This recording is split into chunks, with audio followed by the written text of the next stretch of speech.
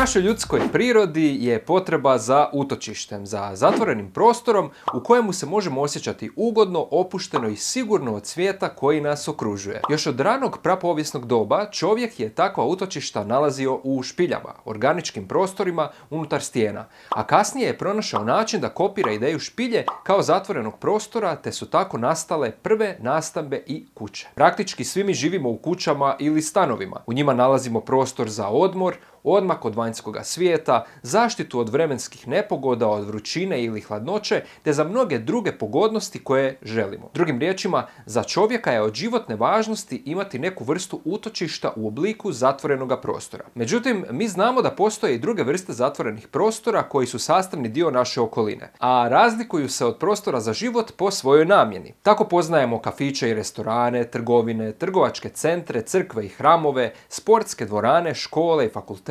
kolodvore, te mnoge druge javne prostore koje imamo priliku vidjeti oko sebe. Sve ove vrste zatvorenih prostora su djelo ljudske ruke i odraz čovjekove kreativnosti, a samim time su sastavni dio dizajna i svijeta likovne umjetnosti, pa ćemo im u ovom videu posvetiti posebnu pažnju. Evo osnova koje trebate znati o njima. Različite vrste kreiranih zatvorenih prostora nazivamo zajedničkim nazivom, a to je arhitektura. Ovaj naziv dolazi od grčke riječi arhitekton, što znači graditelj. Tako arhitekturu možemo nazvati i graditeljstvom. Arhitektonskom djelatnošću nastaju građevine koje imaju unutarnje organizirane prostore, čija veličina i raspored ovise o ljudskim djelatnostima, potrebama i aktivnostima za koje su namijenjene. Kao što smo govorili u prethodnim videima, kod svakog dobrog dizajna oblik treba slijediti namjenu, a takav je slučaj i sa arhitekturom. Unutrašnji raspored njenih prostorija ovisi o tome za što će se ona koristiti. Ako građevina služi za okupljanje velikog broja ljudi poput sportske, kazališne ili koncertne dvorane,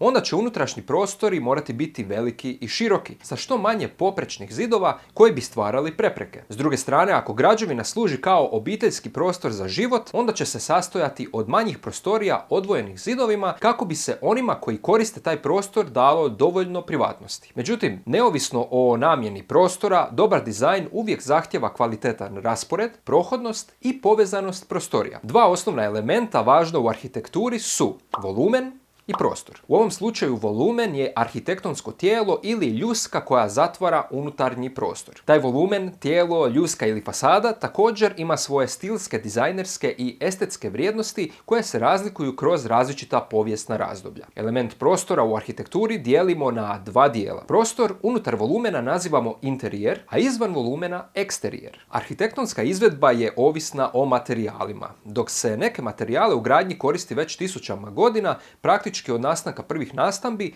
neki od modernih materijala koje danas koristimo postoje tek nekakvih 200-tinjak godina. Općenito gledano, građevne materijale dijelimo na dva dijela. Kamen, drvo i opeka su tradicionalni ili prirodni materijali. Čelik, staklo, beton i armirani beton su moderni ili umjetni materijali. Svaka građevina se sastoji od određenih dijelova ili konstruktivnih elemenata, a njih dijelimo u dvije kategorije. Imamo aktivne, nosive ili vertikalne elemente koje tako nazivamo zato što nose sav teret građevine i postavljeni su uspravno. Ovi elementi su zid, stup i stub. Zid kao element ne moramo posebno objašnjavati. To je nosač pune mase koji može biti otvoren vratima i prozorima ili raščlanjen stupovima i stubovima. Stup i stub su dva elementa koji se razlikuju ne samo zadnjim slovom naziva, nego i svojim izgledom, odnosno oblikom. Stup je zaobljen i kružnog je presjeka, dok je stub kvadratnog oblika i četverokutnog presjeka. Druga kategorija konstruktivnih elemenata su nošeni, teretni, pasivni ili horizontalni elementi, a nazivamo ih tako zato što predstavljaju horizontalni teret koji zidovi, stupovi i stubovi moraju nositi. Ovi elementi su strop, svod, krov i kupola. Strop ne moramo posebno objašnjavati jer je on najčešće samo ravna ploha.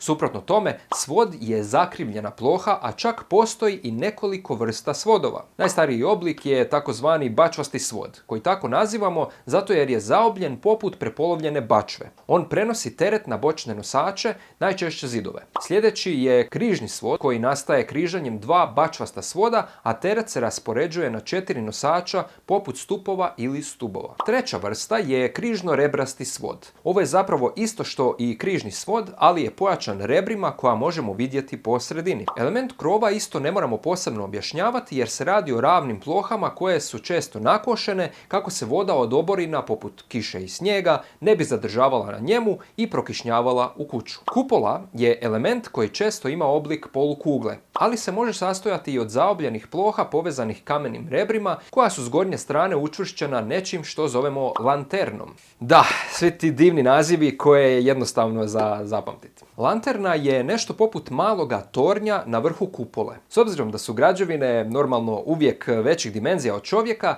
teško ih je u cijelosti sagledati u prirodnom prostoru. Zato je najbolji način za sagledavanje građevine čitanjem njenoga tlocrta. Tlocrt je vodoravni presjek građevine na kojemu istovremeno vidimo sve konstruktivne elemente. To je kao da ju gledamo iz zraka, ali imamo moć rentgenskog vida pa vidimo kroz zidove. Tako možemo vidjeti kakvoga je oblika cijela građevina, ali i njen unutarnji raspored prostora. Stoga je u gradnji, ali i u likovnoj umjetnosti i dizajnu jako bitno znati čitati tlocrt. Evo nekoliko osnovnih stvari. Pri samom pogledu na tlocrt, prva stvar koju možemo utvrditi je kakva je organizacija prostora, kakav je tip tlocrta. Općenito gledano, postoje dva tipa tlocrta, ovisno o tome kako je prostor usmjeren. Tako poznajemo longitudinalni ili uzdužni tlocrt i centralni tlocrt. Kod longitudinalnog tlocrta, i mnogima je to teška riječ, taj longitudinalni, ali uzmite u obzir da dolazi od engleske riječi long, što znači dugačko ili izduženo. Dakle, kod longitudinalnog tlocrta naglašena je uzdužna os kretanja, a često dominiraju pravokutni oblici konstrukcije. Suprotno tome, kod centralnog tlocrta naglašena je kružna os kretanja oko središnje točke građevine, a može biti kružnog, kvadratnog ili višekutnog oblika. Imajte to u vidu zato što mnogi rade grešku pa misle da je centralni tlocrt isključivo kružni. E pa nije. Nadalje, čitajući tlocrt možemo odrediti veličine pojedinih prostorija i utvrditi namjenu svake od njih, a možda i njihovu individualnu važnost. Možemo prepoznati koji nosivi elementi dijele i organiziraju prostor, bili to zidovi prikazani punom linijom, stupovi prikazani kružićima ili stubovi prikazani kvadratićima. Jednako tako na tlocrtu možemo iščitati i kakvu vrstu nosivih elemenata ima građevina, pa se tako primjerice bačvasti svod može vidjeti kao niz zasebnih izduženih pravokutnika. Križni svod možemo prepoznati kao pravokutnik sa ucrtanim križićem, a križno-rebrasti svod sa zadebljanim križićem unutar pravokutnika. Sve te važne konstruktivne detalje, to jest kompoziciju građevine, možemo vidjeti na tlocrtu ako ga znamo pročitati i zato je on vrlo važan u području arhitekture. Kao što smo rekli na početku, arhitektura je vrlo važna za ljudski život. Ona nam pruža utočište, prostor za osvježenje i odmor od buke i užurbanosti izvanjskoga svijeta. Postoji čitav niz knjiga koje govore o načinima uređenja doma u skladu sa vašim potrebama kako bi vam dom bio ugodniji. Međutim, i kada napustimo svoju kuću ili stan, i dalje smo okruženi gomilom različitih građevina. Gradovi su krcati zgradama koje imaju različite namjene, a time i različite dimenzije i organizaciju prostora. Stoga, općenito gledano, arhitekturu možemo podijeliti na tri temeljne kategorije: profanu ili svjetovnu, sakralnu ili duhovnu i na fortifikacijsku, odnosno na dvorce i utvrde. Ako obratite malo pažnju na kuće koje vidite kada se primjerice šetate, možete vidjeti kako vrijedi ona izreka 100 ljudi, 100 čudi, jer ćete naići na razna estetska rješenja fasade, ljuske ili volumena. Neke kuće djeluju vrlo jednostavno, minimalistički, neke znaju pronaći ravnotežu jednostavnosti i ukrasa, a neke izgledaju kao da se povijest umjetnosti ispovraćala po njima. Onda tu nađete grčke stupove sa skulpturama lavova, nekakvim fontanicama i sl. Drugim riječima, i u arhitekturi nailazimo na nesrazmjer dizajna i namjene, ono što nazivamo kičem. No, to je tako. Svako voli nešto drugo i dobro je da postoje različitosti, jer bi inače vladala opća monotonija, a to bi bilo dosadno.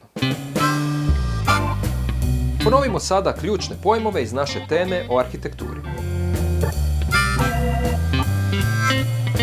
I to je to. Trebam napomenuti kako su ovo samo osnove arhitekture i kako postoji još jako puno arhitektonskih elemenata koje nismo uključili u ovaj video jer bi bio predugačak.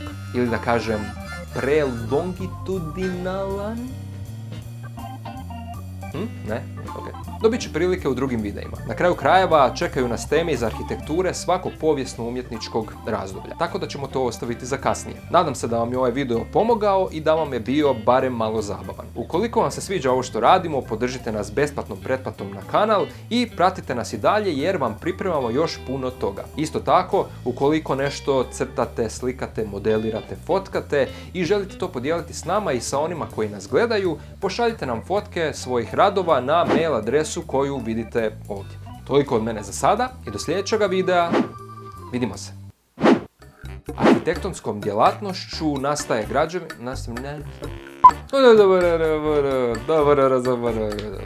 unutrašnji raspored.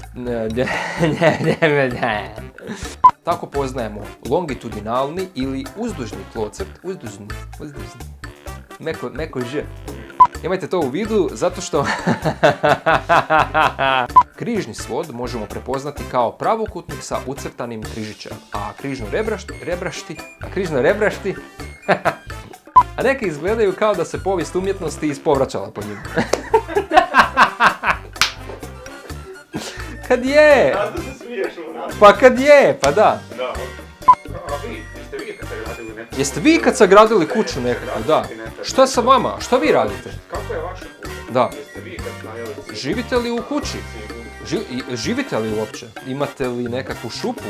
Možda živite u biciklani, recimo, da. Jeste li ikad u biciklani živjeli? Je li biciklana uopće riječ? Dam pogledam. Razdvojnica. A, to je kao space, da, na tikovnici. Da, razdvojnica.